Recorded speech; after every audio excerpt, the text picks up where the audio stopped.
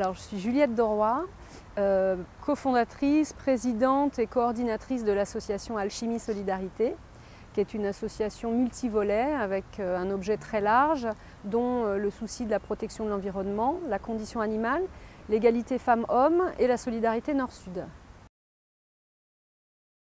Dans un premier temps, l'association s'est jointe au collectif associatif du Ramier parce qu'on partage les mêmes valeurs. Ensuite, il s'est avéré que Alchimie Solidarité avait un projet de snack associatif végétalien, inclusif, durable, etc. Enfin, avec toute une éthique autour du projet. Et on cherchait un local pour développer ce projet. Et on a, en fait, par le biais du collectif, on a eu l'occasion de s'emparer du local de restauration qui est sur l'île du Ramier, à l'écoparc de la Poudrerie, qui s'appelle la Halte Gourmande, qu'on a rebaptisé la petite cantine du Grand Ramier. Et donc nous, Alchimie Solidarité, avec Saveurs d'Exil, qui est une deuxième association impliquée dans le projet, on a pour mission de faire vivre le lieu de restauration du collectif. On prépare l'ouverture du snack qui aura lieu en mars 2021. On va proposer une offre alors 100% végétalienne, c'est ça notre marque, on va dire, hein, notre particularité, pour des raisons éthiques et environnementales. Et donc là, on prépare l'ouverture en pensant les recettes, en pensant aussi énormément à l'accessibilité financière de notre offre. On veut que ça soit accessible à tous et à toutes.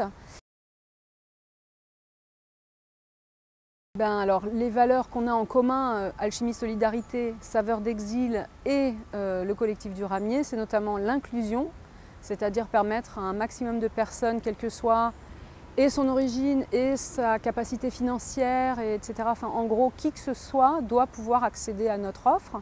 La solidarité aussi, on aura 3 tarifs. Chacun, en fonction de ses revenus et sa responsabilité et de sa conscience, paiera le prix qu'il peut. Et donc s'il y a des personnes aisées qui viennent au snack, elles peuvent payer un prix solidaire qui permet à d'autres de payer un prix mini qui est que le coût de production en fait. Nous, il y a un aspect condition animale qui est très important pour nous, d'où le fait que ce soit 100% végétalien. Mais il y a un aspect environnemental aussi forcément, puisqu'on sait que l'élevage, ça génère environ 15% des gaz à effet de serre. Donc se passer de produits animaux, c'est aussi respecter mieux la planète, permettre à un plus grand nombre de personnes de se nourrir. Et en plus, c'est meilleur pour la santé selon l'OMS.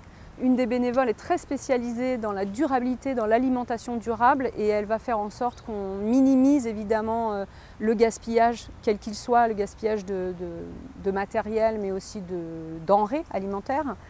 Joindre au jardin pour qu'il y ait un compostage de nos déchets organiques, etc., etc. Donc on va essayer de penser tout pour qu'il y ait un minimum d'impact environnemental dans notre activité. À court terme, c'est mars 2021 et c'est l'ouverture du snack. Donc on espère, créer une synergie et permettre aux gens de se retrouver là et que ça amène du monde et pour la cantine et pour l'écoparc et pour le jardin.